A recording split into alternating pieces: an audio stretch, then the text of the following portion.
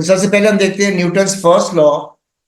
It states that a body continues in a state of rest or uniform motion in a straight line unless acted upon by an unbalanced force or net force.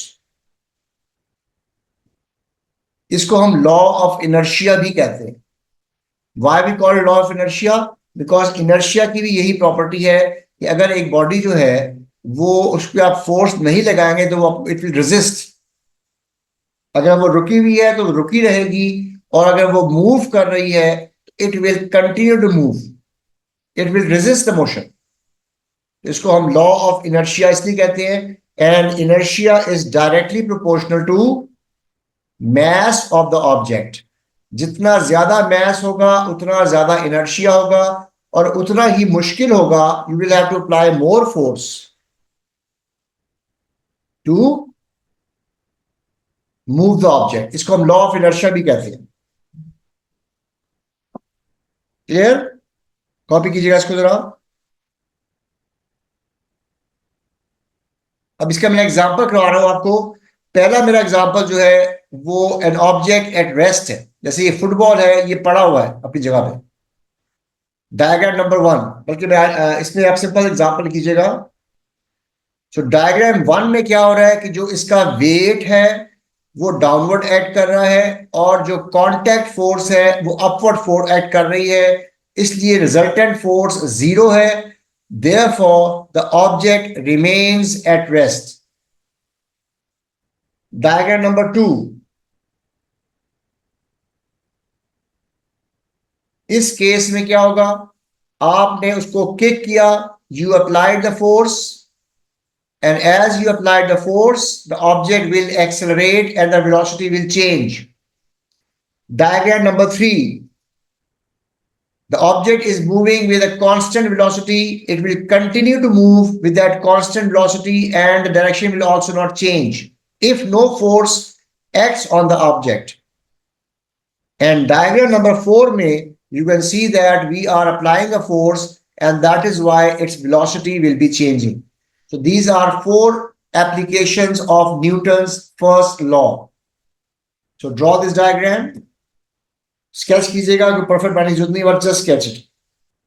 So this is Newton's first law. अब इसकी हम application देखते हैं. ये हमारे पास एक block है. This block has multiple forces acting on it. The weight will be acting downwards. या ब्लॉक की जगह ब्लॉक को डायग्राम बना के गाड़ी बना लें, कुछ भी बना लें. जो उसका वेट होगा वो वर्टिकली डाउनवर्ड एक्ट कर रहा होगा. जमीन से कांटेक्ट फोर्स अपवर्ड एक्ट कर रही है. Weight and contact forces are equal, so they will cancel out. Forward driving force का मतलब है कि आप इसको फॉरवर्ड की तरफ पुश कर रहे हैं. बैकवर्ड फोर्स, जिसको हम रेजिस्टिव फोर्स कहते हैं, उसमें 2 फोर्सेस आती हैं. एक है एयर रेजिस्टेंस, वो हम आमतौर पे इस ऑब्जेक्ट के टॉप से बैकवर्ड शो करेंगे. और दूसरी है फ्रिक्शन फोर्स, जो जमीन के साथ होती है, वो हम उसके जमीन के साथ जो कांटेक्ट है वहां से शो करते हैं. Both forces are called resistive forces. अब अगर 2 फोर्सेस लग रही है, forward force and backward force, तो सबसे पहली बात जो आपने कैलकुलेट करनी है वो है रिजल्टेंट फोर्स. रिजल्टेंट फोर्स का फॉर्मूला है forward force minus resistive force. ये सबसे इंपॉर्टेंट फॉर्मूला है बिकॉज बहुत कॉमनली यूज होगा. Resultant force is forward force minus resistive force. Case number 1, आपकी फॉरवर्ड फोर्स रेजिस्टिव फोर्स से ज्यादा है. अगर F स्मॉल f से ज्यादा होगा, capital F stands for forward force, small f stands for resistive force. अगर आपका फॉरवर्ड फोर्स रेजिस्टिव फोर्स से ज्यादा होगी, इस केस में आपका रिजल्टेंट फोर्स पॉजिटिव होगा. And if resultant force is positive, the object will accelerate. there will be acceleration. Speed will increase. It's the first case. Case number 2. अगर forward force resistive force से कम हो जाए, your resultant force will be negative. And if resultant force is negative, the object will decelerate. उसकी speed कम होनी शुरू हो जाएगी, deceleration होगी. Case number 3. If your forward force and resistive force are equal, then resultant force is equal to 0. And if the resultant force is equal to 0, then there are two possibilities. Number 1, the object will be either at rest, it will not move, or it will move with constant speed or velocity. ये 3 conditions हैं जो हम apply करते हैं when object is applied certain number of forces. इसको बेटा copy कर लीजिएगा.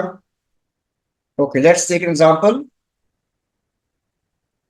मेरे पास ये गाड़ी है, इसका mass 1000 kg है, इस पे फॉरवर्ड फोर्स जो है वो 2000 न्यूटन्स है and backward force is 600 newtons. What is the value of resultant force? Resultant force निकालने के लिए आपने straight away forward force minus backward force करना है and you will get the value of resultant force. अब मैं अगर आपसे कहता हूं what is the value of acceleration? Acceleration निकालने के लिए हमेशा आपने रिजल्टेंट फोर्स को ही मास से डिवाइड करना है, because resultant force will be responsible for causing the acceleration. That means 1400 divided by 1000 will give you the value of acceleration. In this case it comes out to be 1.4 meter per second square.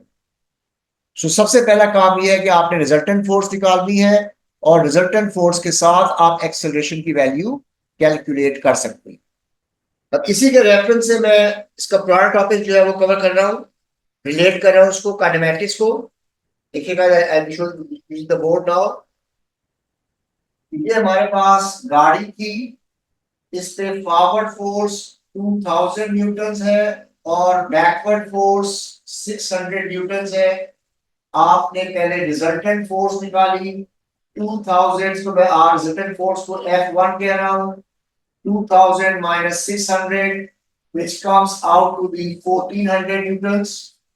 फिर मैंने acceleration निकाली F1 over m, इसका mass 1000 kg था. 1400 divided by 1000 and I get the value of 1.4 meter per second square. इसका मतलब है गाड़ी की एक्सेलरेशन जो है वो 1.4 meter per second square. If the car starts from rest,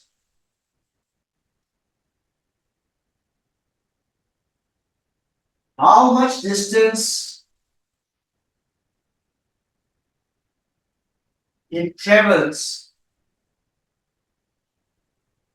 in 12 seconds? पहला पार्ट, ये वो कितना डिस्टेंस ट्रेवल करेगी इन 12 seconds. Number 2, what is the final velocity of the car?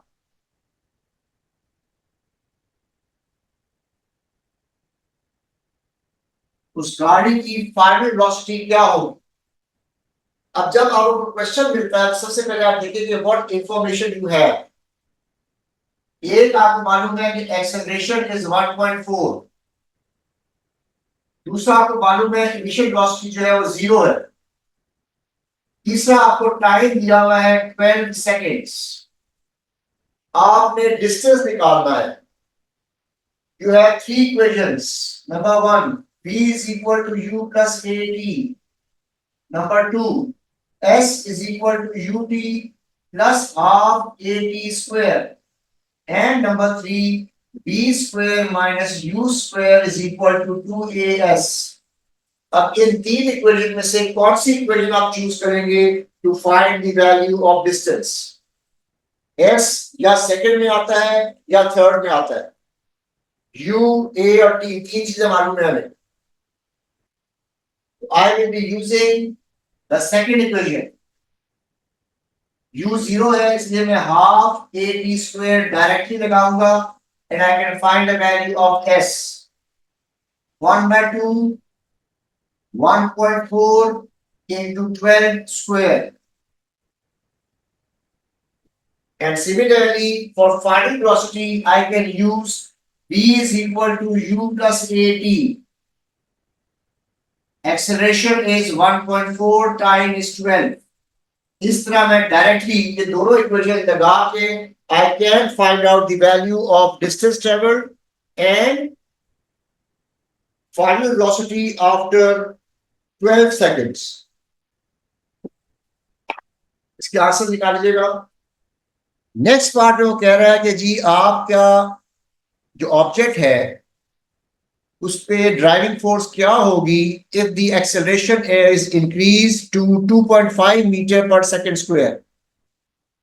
अगर आप एक्सेलरेशन को बढ़ा दें 1.4 की बजाय अगर आप एक्सेलरेशन चाहते हैं 2.5, what will be the driving force?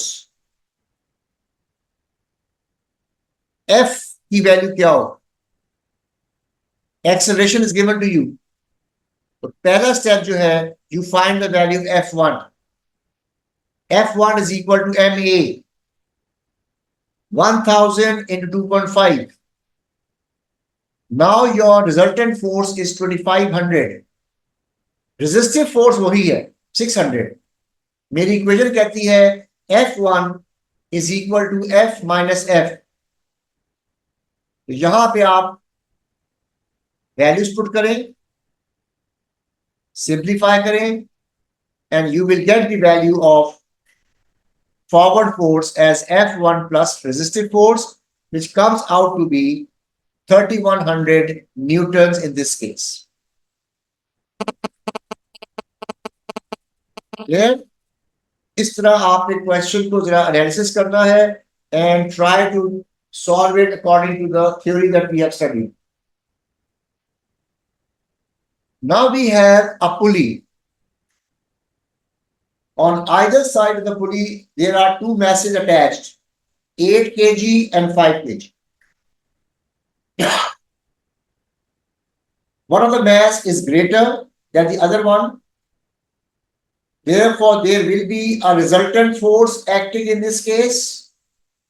And due to the resultant force, the object will accelerate. Look at there, what is the value of the acceleration? अब 8 kg का जो फोर्स है that is T1, that can be calculated as m1g. It is the weight of this object, it will be greater. And 5 kg का जो weight है वो for m2g होगा and it will be less. जो इनका difference लगेगा that will be your resultant force. That is T1 minus T2 is your resultant force. और T1 minus T2 क्या होगा? M1g minus M2g because M1 is greater than M2. Simplify करते हैं and we get the resultant force as 29.4 newtons. Now this force will cause acceleration. क्या सिर्फ 8 kg accelerate करेगा या 5 kg भी एक्सेलरेट करेगा? अगर दोनों एक्सेलरेट कर रहे हैं in that case we will be taking total mass of both the object to find the value of acceleration. यहां पे जो m यूज करेंगे that will be m1 plus m2. m1g minus m2g is your resultant force और जो mass हम इस्तेमाल करेंगे it will be the total mass because both the objects are moving forward. तो 29.4 जो हमारी रिजल्टेंट फोर्स थी उसको हमने डिवाइड करना है टोटल मास से. 8 + 5 = 13 and that is why you get the acceleration equal 2.26. सिर्फ 8 से डिवाइड नहीं होगा, सिर्फ 5 से डिवाइड नहीं होगा, दोनों से divide, because it's the total mass that will cause this acceleration. ये कॉन्सेप्ट है रिजल्टेंट फोर्स निकालने का, और रिजल्टेंट फोर्स निकालने के बाद how to find the value of acceleration. Next is a new concept, the concept of momentum, and we call it linear momentum. Linear momentum means momentum in a straight line. It is defined as the product of mass and velocity. It's a vector quantity, therefore it has direction. Formula mv, units kg meter per second. जब भी आप किसी object का momentum निकालते हैं, you just multiply its mass with its velocity.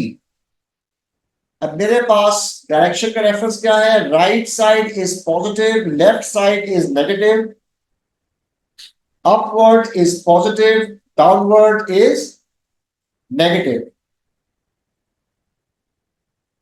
हमेशा जो right side है उसका मोमेंटम जो आप देखेंगे तो उसको पॉजिटिव लिखा जाएगा, और अगर आप उसको लेफ्ट साइड पे लिख रहे होंगे या ऑब्जेक्ट लेफ्ट की तरफ मूव कर रहा होगा, it will be considered as negative. For example हमारे पास एक ऑब्जेक्ट है, मास उसका m है, वेलोसिटी v है, उसको हम प्लस mv कहेंगे. ऑन द अदर हैंड, अगर आप वही ऑब्जेक्ट लेफ्ट की तरफ मूव कर रहा है मगर वेलोसिटी उसकी लेफ्ट की तरफ है तो माइनस v कंसीडर की जाएगी, because velocity is also a vector. इसलिए जब हम मोमेंटम की बात करेंगे तो हम उसको एज अ वेक्टर क्या लिखेंगे? We will write down as minus mv. पहले वाले मोमेंटम को मैं p1 कह रहा हूं, दूसरे वाले मोमेंटम को p2 कह रहा हूं. They are different because they are in the opposite direction. Their magnitude are equal but they are not equal because they are two different vectors. एक राइट की तरफ है और एक लेफ्ट की तरफ. Like we have two objects, एक 3 kg का है, एक 2 kg का है. 3 kg is moving with the velocity of 2 meter per second, or 2 kg is moving with the speed of 3 meter per second. What is the momentum of 3 kg? m1v, 3 into 2, 6 kg meter per second, and it is positive because it is moving towards right. What's the momentum of the second object? p2. उसको मैं negative लिखूंगा because the direction of the velocity is negative. It will be 2 times -3 या -6 kg meter per second. Whenever we are discussing momentum, दिमाग में आपने clearly रखना है कि momentum is a vector, and we have to keep in mind that it also has direction. Right side is positive, left side is negative. Upward is positive, downward is negative. Next is change in momentum. अगर किसी object के momentum में change आ रही है तो वो हम कैसे कंसिडर करेंगे? जैसे ये हमारे पास एक ऑब्जेक्ट है, वो राइट की तरफ जा रहा है. जब वो राइट की तरफ जा रहा है तो उसकी वेलोसिटी है u. It is initial velocity. टकराने के बाद वो रीबाउंड करता है, है, और रिबाउंड करते वक्त उसका मोमेंटम जो है वो चेंज हो रहा है. Now it is moving towards left. What is the change in momentum? तो पहले जो मोमेंटम था वो p1 था, बाद में जो मोमेंटम है वो P2 है। तो अगर कहा जाए आपसे find the change in momentum, तो आपने P2 माइनस P1 करना है। अब P2 क्या होगा? इज इट mv या माइनस mv? P2 का क्या लिखेंगे हम? It should be minus mv। Why? Because it is moving towards left। इसमें से हमने सब्ट्रैक्ट करना है momentum of the first object, और वो राइट की तरफ है, तो आपने सब्ट्रैक्ट करना है plus mu, because P1 will be positive, but you have to subtract it. Minus plus होके माइनस हो जाएगा, और अगर मैं यहां से m कॉमन निकाल लूं या माइनस m कॉमन निकाल लूं, अंदर आ जाएगा v प्लस u। तो this is your change in momentum, और यहां पे नेगेटिव साइन शो कर रहा है that the object will be finally moving towards left. तो इस तरीके से आप चेंज इन मोमेंटम निकालते हैं।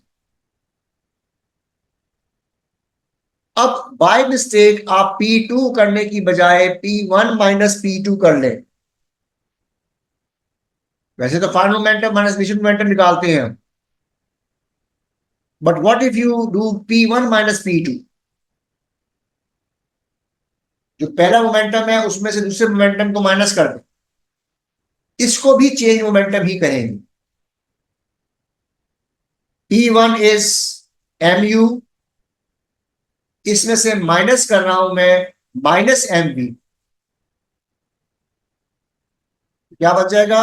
m कॉमन निकाल ले, अंदर आ जाएगा u प्लस वी। और नोट कीजिएगा, पहले का भी answer m into u plus v है, और बाद का आंसर भी m u प्लस वी है। इसका मतलब मैग्नीट्यूड सेम आ रहा है।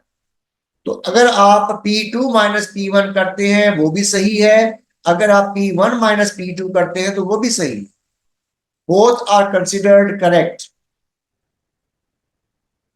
मगर अगर आप P1 माइनस P2 करते हैं और ये आपका आंसर आ रहा है, तो यहां पे आपको बताना पड़ेगा that the object is moving towards left, because sign positive का मतलब है कि ऑब्जेक्ट राइट की तरफ मूव कर रहा होगा। मगर अगर आप ऑब्जेक्ट को देखेंगे तो वो तो लेफ्ट की तरफ जा रहा है। तो अगर आप P1 माइनस P2 करते हैं, तो फिर आपको एग्जामिनर की तरफ बताना पड़ेगा कि ये इसका ऑब्जेक्ट जो है वो फाइनली लेफ्ट की तरफ मूव कर रहा है, जबकि यहां पे नेगेटिव साइन पहले ही ये शो कर रहा था कि finally the object is moving towards left. तो फर्स्ट मेथड में the sign tells you the direction, but the second case whatever is the sign, आपको खुद उसकी डायरेक्शन बतानी पड़ेगी। ये कॉन्सेप्ट है चेंज इन मोमेंटम का। Negative sign shows that it is towards left. यहां पे नेगेटिव साइन खुद ब खुद यही शो कर रहा है कि ऑब्जेक्ट लेफ्ट की तरफ मूव कर रहा है। मगर सेकंड वाले केस में आपको खुद मेंशन करना पड़ेगा it is moving towards left. ये फर्क है P2 माइनस P1 और P1 माइनस P2 में। मेथड दोनों ठीक है, और दोनों ही मेथड अडॉप्ट करता है examiner for solving the questions. I have an object mass m moving towards left, velocity is minus 30, hits the wall, rebounds with a velocity of 20 meters per second. What is the change in momentum? I will be using the both methods, P2 minus P1 and P1 minus P2 as well. First, P2 minus P1. 20 m minus m into minus 30 plus 50 m. That is, the object is moving towards right. That's what we observe. So my chain momentum is 50 m. What if I use P1 minus P2? P1 was negative, minus 30 m minus P2, which is 20 m. जब आप minus से multiply करेंगे तो वो भी minus हो जाएगा और माइनस माइनस आपस में ऐड होके हमारा आंसर -50 हमारा है, मगर I will have to write down it is towards right, that is the object is moving towards right. ये आपको मेंशन करना पड़ेगा if you are using P1 minus P2. This is how we find the value of change in momentum. It can be final momentum minus initial momentum, or it can be initial momentum minus final momentum. So both methods are correct and both can be used to find the value of change in momentum.